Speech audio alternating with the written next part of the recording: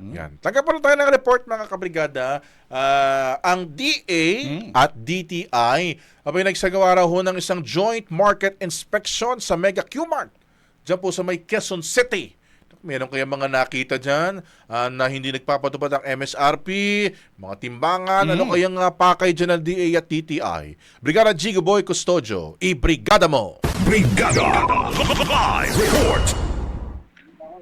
Brigada Gab and Brigada Ab, sa mga oras na ito ay nagpapatuloy yung joint market monitoring ng DTI at ng DA. Pero sa mga oras na ito ay tapos na sila mismo doon sa Mega Q-Mart sa Quezon City at nandito naman sila ngayon sa isang grocery store sa Quezon City. Pero sa pag-iikot nila kanina, okay naman yung naging pag-iikot ng Department of Agriculture at ng DTI. Dahil in compliance naman itong mga tindero at tindera natin sa Mega Q-Mart, sumusunod sila sa MSRP. Sa katunayan, ibinaba ng 45 pesos yung MSRP, meron naman nagbebenta ng 45 pesos at bukod dyan, may nakita pa silang 40 pesos. Pagdating naman sa presyo ng karning baboy, okay din naman, sumusunod din naman yung ating mga tindero at tindera na nasa 380 pesos yung per kilo ng liempo. At yung kasing naman ay nasa 350 pesos. Sumusunod din yung presyo ng isda. Actually, yung galunggong bumaba na sa 160 pesos yung presyo ng per kilo. Pero ang hindi nang ikinatuwa ng DA ay nakita nila na medyo mataas yung bentahan ng presyo ng bawang na nasa 160 pesos.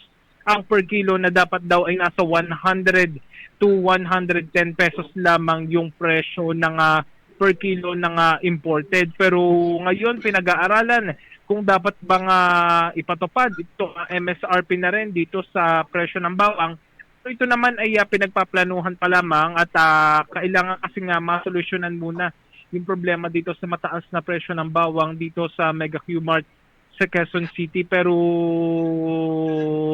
bukod din sa bawang, isa pa rin pala sa posibleng pinag-aaralan ay yung presyo ng manok. Dahil itong sa presyo ng manok medyo taas baba din yung presyo ng manok ngayon sa merkado. Yun yung ilan sa mga binabantayan ngayon. Bukod sa manok, sa bawang ay isa na rin yung itlog dahil nga umaabot sa 9 pesos yung presyo ng itlog na dapat daw ay nasa 7 pesos lamang yung pinakamataas. Brigada Gab and Brigada Ab. So, Brigada Jigo, so far walang violators na nahuli yung DTI at DA dyan doon sa MSRP sa imported rice na 45 pesos.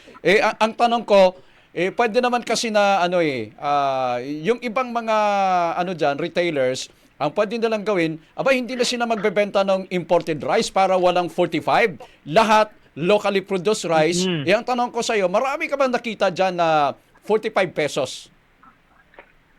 Actually, oo, marami tayong nakitang 45 pesos dito sa Mega Q-Mart.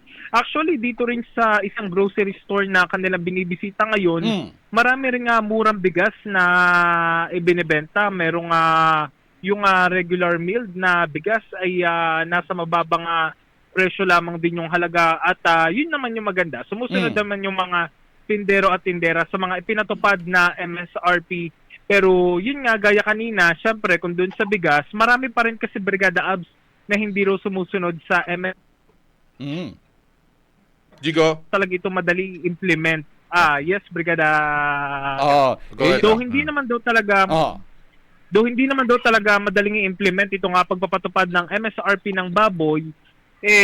Pinag-aaralan nila na baka patawan na nila ng parusa talaga itong mga hindi sumusunod sa MSRP. May data na ba kung ilan na yung mga nahuli na lumabag doon sa MSRP sa bigas at doon sa karne? Para wala naman tayo nabalitaan na may kinasuhan, Brigada Jigo, na mga violators. Tama. Oo, wala pa sa ngayon. Pero yung hawak na data ng DA, na Department of Agriculture, ay nasa 30% pa lamang itong mga tindero at tindera na nagko-comply dito sa MSRP ng presyo ng baboy, Brigada. Yun naman pala yung 70%, anong ginagawa ng DA doon? Kaya ngayon na pinag-aaralan nila kung ano yung dapat gawin.